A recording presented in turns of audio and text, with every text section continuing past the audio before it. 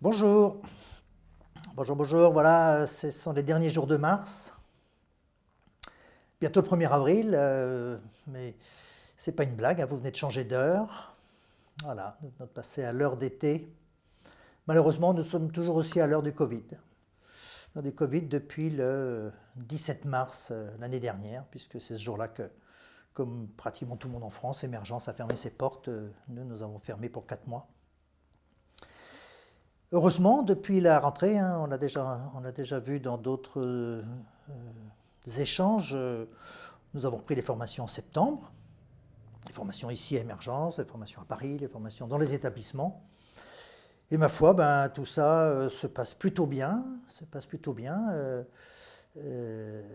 c'est plus compliqué pour beaucoup de gens, c'est sûr, puisque certaines personnes soit ne peuvent pas assister à toutes les sessions ou à toutes les formations du fait de la mobilisation dans leurs établissements. Alors heureusement, il y a maintenant toutes ces possibilités de suivre, en tout cas une partie des formations à distance avec ce fameux système Zoom. Je dois dire que j'ai été très surpris de voir que ça fonctionne si bien. Alors évidemment, hein, on préfère être ensemble et avoir le contact direct. N'empêche que ça fonctionne assez bien, que les évaluations sont, à ma foi, tout à fait aussi bonnes que les formations en présence. Donc ça rend service, ça rend service. On souhaite que le plus rapidement possible, tout le monde puisse revenir dans les locaux, dans les salles de formation et passer du temps ensemble à discuter, échanger. Mais pour l'instant, on s'adapte. Nous sommes adaptés, vous vous êtes adaptés. Et ensemble, ben, on y arrive à tenir les choses pour le mieux. Pour le mieux. Avril, mai, juin, vous savez que notre congrès est planifié pour la deuxième partie du mois de juin. Chaque jour qui passe rend les choses un peu plus compliquées. On aurait pu espérer qu'il y a un mois, la situation sanitaire allait s'améliorer. Bon, vous savez comme moi que ce n'est pas tout à fait le cas. On va se donner encore quelques jours pour prendre la mesure, la mesure de l'ensemble de cette complexité pour décider si nous pouvons maintenir le congrès à Saint-Malo. Si on peut le maintenir en accueillant suffisamment de monde pour que ce soit bien, pour que ce soit intéressant, ben oui, on le fera. S'il y a des risques, s'il y a des contraintes sanitaires trop complexes, etc., on prendra peut-être la décision de le reporter encore, cette fois-ci pour le mois de fin mai 2022. Mais bon, on croise les doigts. On croise les doigts parce que je sais que vous êtes nombreux à l'espérer, à l'attendre.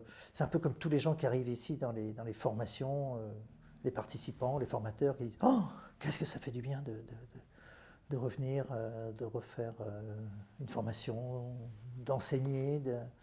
Bah ouais, ça fait du bien. Et si on peut faire Saint-Malo, on fera Saint-Malo et ça fera beaucoup de bien sur le plan scientifique et sur le plan humain. Alors un an déjà, ben, on n'a pas chômé en un an, hein, on n'a pas chômé. Et pendant cette période de fermeture, vous savez on a en particulier mis à disposition, à votre disposition, à la disposition de tous ceux qui peuvent être intéressés, de nombreuses vidéos sur Internet. Elles sont encore regardées, voilà, un an plus tard, par 200 à 300 personnes par jour, nouvelles personnes par jour, c'est vraiment étonnant. Ça montre bien en quoi c'est utile, donc vous pouvez continuer à diffuser l'information. Hein. Et moi, c'est quelque chose que j'utilise beaucoup avec mes patients. Très souvent, quand je fais une technique d'hypnose avec eux, lorsque il y a une vidéo sur Internet, par exemple l'enveloppe de protection ou un lieu agréable, eh bien, je leur dis d'aller voir la vidéo pour pouvoir petit à petit apprendre à s'en servir en auto-hypnose. Et ça leur rend bien service. Ça leur rend bien service. Alors on a fait aussi, on a dû la mettre en ligne au mois de mai, cette formation à l'auto-hypnose. Je pense que vous vous rappelez, il y a 2 niveaux. Dans chaque niveau, il y a 4 méthodes d'auto-hypnose qui sont enseignées. Chaque niveau dure à peu près 2 heures. Bon, voilà, c'était le cadre général.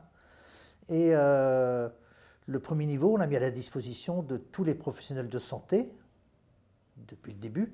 Et je vous rappelle, c'est aussi à la disposition de tous les personnels de santé, c'est-à-dire tous les gens qui travaillent dans les établissements, que ce soit dans les services, à l'accueil, voire dans les cuisines, tous ceux qui ont, d'une manière ou d'une autre, quelque chose à voir avec le bien-être des patients.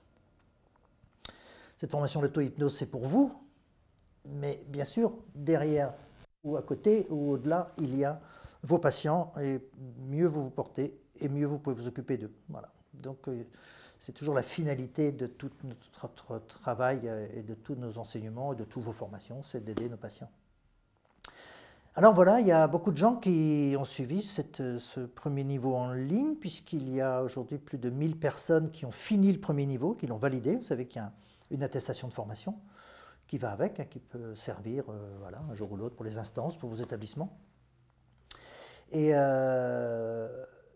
puis voilà, on s'est demandé quelques mois plus tard, qu'est-ce que ça a pu apporter et en quoi est-ce que les gens qui ont fait cette formation sont satisfaits. Je commence par ça parce que, évidemment, une des questions importantes, c'est « Avez-vous été satisfait ?» Alors là, c'est absolument ahurissant. 98% des gens disent « J'ai été très satisfait de cette formation », c'est-à-dire au niveau du contenu, au niveau de l'organisation, au niveau de l'apprentissage, c'est-à-dire ce qui a été acquis, au niveau de la continuité des modules. Donc voilà, ça fait du bien de le savoir et ça nous fait aussi savoir que, puisqu'on a une continuité en projet, qu'on va pouvoir utiliser un modèle tout à fait similaire puisqu'il est satisfaisant.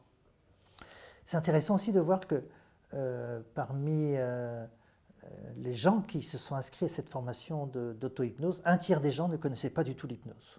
Donc ça a aussi permis à plein de gens de découvrir cet outil extraordinaire qu'on utilise chacun d'entre nous au quotidien. Donc voilà. Ça, c'est une formation qu'on appelle en e-learning. C'est-à-dire e-learning, chacun le fait à son rythme. Vous êtes chez vous, vous êtes inscrit, vous voulez faire une demi-heure un jour, une heure pendant le week-end, vous faites exactement comme vous voulez. Et cet aspect-là, eh bien, a été décisif pour 75% des gens. Les trois quarts des gens disent le fait de pouvoir le faire à mon rythme, ça m'a beaucoup plu. Beaucoup plu, et c'est un des arguments pour lesquels je me suis inscrit. Autrement dit, si ça avait été une journée complète, 8 heures, une journée complète, ben beaucoup de gens n'auraient pas pu la suivre.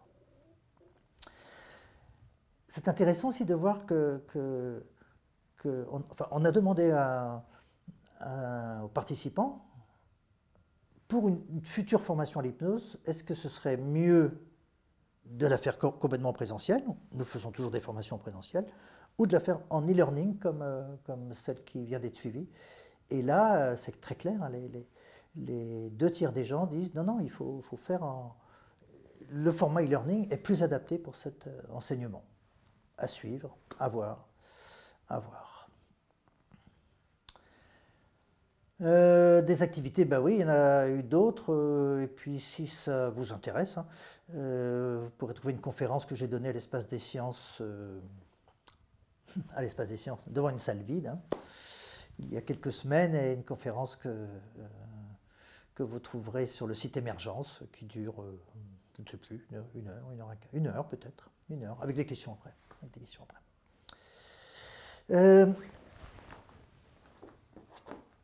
Il y en a d'autres qui ont beaucoup travaillé pendant cette période particulière. Et du coup, il y a pas mal de bouquins qui sont sortis, et puis j'ai eu envie de vous parler de certains d'entre eux, soit parce que je connais bien les auteurs, soit parce que le sujet me paraît particulièrement important. Par exemple, celui-ci, Chantal Gallès-Darieux, c'est une de nos enseignantes. Elle est cadre de santé depuis très longtemps. Et avec sa collègue qui s'appelle Geneviève Périnou, elles ont écrit un bouquin qui s'appelle Management, Communication, Hypnose. En fait, l'idée, c'est de faire passer dans le monde de l'encadrement, donc du management des établissements de santé, les valeurs de la communication thérapeutique, les valeurs de l'hypnose, mieux faire connaître ces valeurs donc à tous les niveaux en fait, d'un établissement de santé. Et donc c'est très important. Nous, on fait déjà des formations à la communication thérapeutique pour les cadres de santé depuis plusieurs années et on a des retours très favorables en fait, hein, très, très, très favorables. Même si ça va pas, si c'est pas dans la culture naturelle des cadres des établissements de soins en fait, de s'intéresser à ce qu'on fait. Pas toujours en tout cas. Teresa Robles, vous la connaissez? Venez voir son bouquin sur l'auto-hypnose. Alors, c'est l'auto-hypnose façon Teresa, donc avec beaucoup d'enthousiasme, beaucoup d'histoire, beaucoup d'imaginaire. Et de l'imaginaire, eh bien, j'ai envie d'aller avec ce bouquin-là, d'un de nos excellents formateurs, qu'on ne voit plus suffisamment aujourd'hui, Jean-Michel Hérin, qui est un artiste, un poète, un poète qui a les pieds sur terre, voilà, et qui a écrit Nuagisme, script d'hypnose. Alors voilà, ce sont des scripts, donc des histoires, un peu comme des métaphores que vous pouvez utiliser pour faire rêver vos patients, pour induire des trans hypnotiques, pour les accompagner. Je ne sais pas comment c'est pour vous, mais de temps en temps, moi, je manque un peu de créativité. Alors, c'est vraiment le genre de bouquin là, qui, quand on n'est pas inspiré, voilà, un petit coup dans le bouquin là, et ça donne des idées, ça nous fait rêver, et ça active notre propre créativité. Et quelquefois, pour activer la créativité, eh bien, il faut attendre. Voilà, il faut savoir prendre un peu de temps.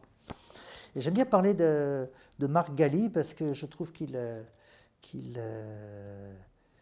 ne parlerai pas de lui comme un poète, mais plutôt comme presque un philosophe de l'hypnose. Il va vraiment dans la nature du processus hypnotique, de l'interaction. Et il a une qualité rare que je ne saurais pas copier, c'est qu'il est capable d'écrire des bouquins compacts, limités dans leur volume. Oh, moi qui ai toujours tendance à écrire des trucs qui sont un peu longs et tout ça. Donc, bravo à Marc. Et puis c'est vraiment extra, quoi. Voilà, c'est vraiment extra pour mieux comprendre ce qu'on a à faire et comment ça fonctionne, quoi. Et puis je vais finir avec j'allais dire un petit bonheur, non, un grand bonheur. C'est Muc qui nous a accompagnés plusieurs fois dans les congrès pour dessiner au fur et à mesure des conférences ou des ateliers. Et il a réuni beaucoup de ses dessins dans ce bouquin qui s'appelle Le mot d'esprit et ses rapports avec l'hypnose. Et dans ces temps un peu gris, c'est pas mal d'avoir de l'humour, des rayons de soleil, un peu de lumière. Donc merci à Muc, que j'espère nous reverrons bientôt peut-être à Saint-Malo, qui sait. On n'y est pas, mais il y en a d'autres qui sont en train d'écrire un bouquin dont je fais partie, puisque je suis en train de finaliser là, les toutes dernières phases d'un livre qui s'appelle Hypnose et auto-hypnose vers une médecine humaniste et écologique. Voilà. Tout un programme, comme on dirait, il sera comment dire, disponible le 20 mai, enfin, dans 2 mois. Dans 2 mois, donc il y a encore un petit peu de boulot pour les finitions avant de pouvoir le trouver dans vos librairies ou chez nous, bien sûr, à Émergence.